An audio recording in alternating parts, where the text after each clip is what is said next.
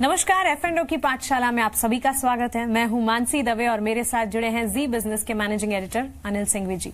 हमने roll over को ही roll over कर दिया इस एपिसोड में। बिल्कुल, पिछली बार हम यही बात करते थे। हाँ, आपने बोला था कि इसी को आगे हम ले जाएंगे और इसमें सवाल भी बहुत सारे आ गए हैं, आने भी चाहिए। हाँ, मतलब पूरे वायदा कारोबार की सीरीज की सबसे बड़ी अगर कोई एक घटना है जिस पर नजर होती है तो वो एक्सपायरी और रोल ओवर। हाँ, क्योंकि सीरीज की एक्सपायरी के दिन ही सबसे ज्यादा रोल ओवर होते हैं जी। और उससे बड़ी कोई चीज है नहीं, तो जाहिर सी बात है कि फिर इसको तो अच्छे से समझ ही लेना चाहिए। प्रैक्टिकली मैं तो सोचने लगी हूँ। अब देखिए, फर्ज कीजिए मैं मेटल स्टॉक मैंने खरीदा है और मुझे मैंने कोई भी मेटल स्टॉक, हाँ, फॉर एग्जांपल मैंने टाटा स्टील खरीद लिया है और अब उसमें मुझे रोल ओवर करना है, तो फिर मैं सिर्फ उसी स्टॉक के बारे में देखूंगी या पूरे सेक्टर का रोल ओवर चेक करूंगी? देखिए, इसमें एक सिंपल चीज है। आमतौर पर किसी भी स्टॉक की चाल उसके सेक्टर की चाल के हिसाब से चलती है। आमतौर पर एक सेक्टर के सारे स्टॉक ऊपर जाएंगे या नीचे जाएंगे, लेकिन कभी कभी क्या होता है, कोई एक स्टॉक ऐसा होगा जो अलग ही चलता है। क्यों?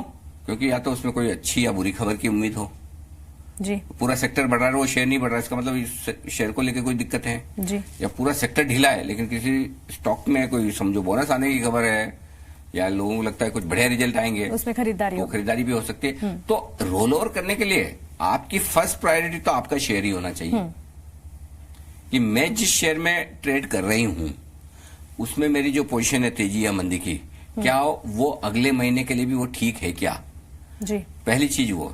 तो अगर आप सेक्टर का रोल ओवर बहुत ना भी देखें तो चलेगा, ठीक है, खाली एक जनरल नॉलेज के लिए ठीक है कि इस सेक्टर पे आउटलुक क्या है। अगर सेक्टर को लेके लोग बहुत समझे, आपने तेजी की पोजीशन बनाई टाटा स्टील की और मेटल सेक्टर को लेके मार्केट पॉजिटिव नहीं है, फिर भी आप अगली सीरीज में तेजी की पोजीशन ले जाना चाहती है, रोल ओवर करना चाहती है, तो आपको ये सोचना है कि अरे सेक्टर के विपरीत टाटा स्टील ज्यादा बढ़िया चल सकता है क्या? हाँ। अगर आपको लगता है सवाल का जवाब हाँ है या आपको लगता है नहीं चले ना चले मुझे तो पोजीशन रखनी है, तो रख लीजिए। सेम इंडेक्स फ्यूचर्स जब आप रोल ओवर करते हैं यानी कि निफ्टी के या फिर बैंक निफ्टी के जी, तो आपको व्यू पूरे सेक्टर पे लेना है वहां पे कि बैंक निफ्टी रोल ओवर करोगे तो बैंकिंग शेयरों पे व्यू लेना है। अच्छा, तो ये रोल ओवर सिर्फ स्टॉक्स का ही नहीं, इंडेक्स का भी होता है? दोनों। अरे ये मैंने बताया नहीं क्या? अरे रोल ओवर तो दोनों का होगा भाई, ऑप्शन का नहीं होता, फ्यूचर्स का होता है। और फ्यूचर्स में क्या है, दो तरह के फ्यूचर्स है, इंडेक्स फ्यूचर्स, स्टॉक फ्यूचर्स। हाँ। तो दोनों तरह के फ्यूचर्स का रोल ओवर होगा, निफ्टी हो बैंक निफ्टी हो कोई भी हो। अच्छा, हर तरह के फ्यूचर का रोल ओवर होगा, ऑप्शन का रोल ओवर नहीं होता, फ्यूचर का रोल ओवर होता है। तो ठीक उसी तरह से इसीलिए जब आप इंडेक्स की बात करें या सेक्टर की बात करें ना, हाँ। तो सेक्टर का रोल ओवर करना होता है तब आपको इंडेक्स वाला देखना होता है। जैसे आपको बैंक निफ्टी का रोल ओवर करना है जी, तो आपको देखना है कि बैंकिंग सेक्टर को लेकर आउटलुक क्या है। जब आपको निफ्टी का रोल ओवर करना है तो आपको देखना पूरा ओवरऑल मार्केट कैसा लग रहा है। अच्छा, तो मैं इंडेक्स में जब ट्रेड कर रही हूँ तब मैं सेक्टर को ज्यादा स्पेसिफिकली देखूं ये आप। बाकी स्टॉक में तो खाली इतना है कि जनरल नॉलेज के लिए ठीक है कि भाई जो स्टॉक मेरे पास है पोजीशन, सेक्टर भी वैसे ही कर रहा है कि उसके विपरीत कर रहा है, तो थोड़ा सा वो इतना समझ के कर लें। बट अदरवाइज स्टॉक्स के और इंडेक्स के रोल ओवर में हल्का सा ये फर्क है। इंडेक्स के रोल ओवर में आपको ओवरऑल पोजीशन ज्यादा देखनी है, बाजार का व्यू ज्यादा देखना है। निफ्टी का रोल ओवर आप निफ्टी पे व्यू बना के करोगे बाजार ऊपर जाने वाला है या नीचे जाने वाला है।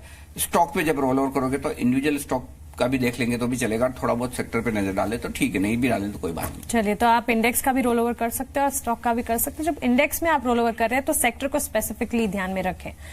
साथ ही रोल ओवर कम हुआ या रोल ओवर बढ़ा, इसका मतलब क्या है? हाँ, ये बड़ी इंटरेस्टिंग चीज है, ये अच्छा सवाल पूछा है आपने। आमतौर पर आप अपनी पोजीशन को अगली सीरीज में क्यों ले जाते हैं या कब ले जाते हैं? जब आपको अगली सीरीज में कुछ उम्मीद हो जी कि मेरी पोजीशन के मुताबिक स्टॉक चलेगा या गिरेगा, हाँ, या मेरी पोजीशन के मुताबिक स्टॉक इंडेक्स बढ़ेगा या गिरेगा, राइट, तो ही तो आप पोजीशन रखेंगे, जी तो क्यों करेंगे? परफॉर्मेंस होगा उसमें तो। हाँ भाई, मुझे लगता है कि अगले तो रोल ओवर ज्यादा कब होते हैं? जब लोगों का इंटरेस्ट बाजार में या उस स्टॉक में ज्यादा होता है। अच्छा, तो रोल ओवर ज्यादा दिखेंगे। जब लोगों का इंटरेस्ट कम है, ट्रेड ही नहीं करना है, कम करना है, तो रोल ओवर कम होंगे। तो आमतौर पर जब रोल ओवर ज्यादा होते हैं तो हम कहते हैं कि अरे लोगों का इंटरेस्ट, पार्टिसिपेशन बहुत है, एक्शन बहुत है बाजार में, इसलिए रोल ओवर हो रहा है। हाँ, और जब कम होता है तो हम कहते हैं कि अरे लोग अभी ठंडे हैं, बाजार में कुछ हो नहीं रहा। आमतौर पर तेजी के माहौल में रोल ओवर ज्यादा होते हैं। क्यों? कि देखिए, जो बड़े इन्वेस्टर्स हैं, एफआईज हुए हैं, फंड हुए हैं, उनको तो रोल ओवर करना तो करेंगे, उनके लिए तो डे टू डे में कोई फर्क नहीं पड़ता, और वो सट्टा करते भी नहीं, स्पेकुलेशन है भी नहीं, उनकी तो हेजिंग होती है। स्पेकुलेशन कौन करते हैं? ट्रेडर्स। और ट्रेडर्स आमतौर पर बाय नेचर ज्यादातर तेजी वाले होते हैं जी। भाई 100 में से 90 लोग आपको तेजी करने वाले मिलेंगे, 50 में तेजी करने वाले मिलेंगे, 5, 7, 10 ही होते हैं जो मंदी के मूड में लगता है। हाँ। तो ऐसी सिचुएशन में आमतौर पर जो रोल ओवर होते हैं वो तेजी की तरफ के ज्यादा होते हैं। जब तेजी की पोजीशन होती है तो रोल ओवर बढ़ जाते हैं। लेकिन इसमें भी बड़ा इंटरेस्टिंग चीज है, फंड्स ज्यादातर मंदी की तरफ के रोल ओवर करते हैं क्योंकि उनकी हेजिंग की पोजीशन होती है। ट्रेडर्स ज्यादातर तेजी की तरफ के रोल ओवर करते हैं। तो ये बड़ा इंटरेस्टिंग है। तो रोल ओवर ज्यादा हो रहे हैं, सिंपल आप एक चीज समझ लीजिए, उसका मतलब ये कि बाजार में लोगों का इंटरेस्ट ज्यादा है। कम हो रहे हैं तो समझ लीजिए बाजार में, इंडेक्स में या स्टॉक फ्यूचर्स में लोगों का इंटरेस्ट कम है, इतना समझ लीजिए बस। खरीदारी के माहौल में रोल ओवर ज्यादा होते हैं। बेहतरीन तरीके से हमने इस कॉन्सेप्ट को सीखा। आगे चलकर एक नई कॉन्सेप्ट लेके फिर आएंगे। आप बने रहे हमारे साथ। नमस्कार।